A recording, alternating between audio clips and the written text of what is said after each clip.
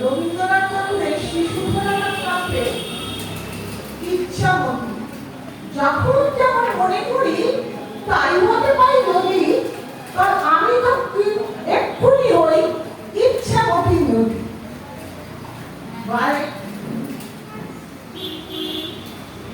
রইবে আমার দক্ষিণ ধারে সূর্য তার পার, বাইরের ধারে সন্ধ্যেবেলায় নামবে অন্ধকার।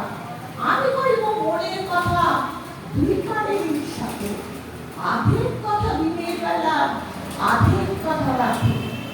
যখন ঘুরে ঘুরে বেড়াই আপন গায়ের ঘাটে, ঠিক তখনই গান গেয়ে যাই দূরের মাঠে ঘাটে।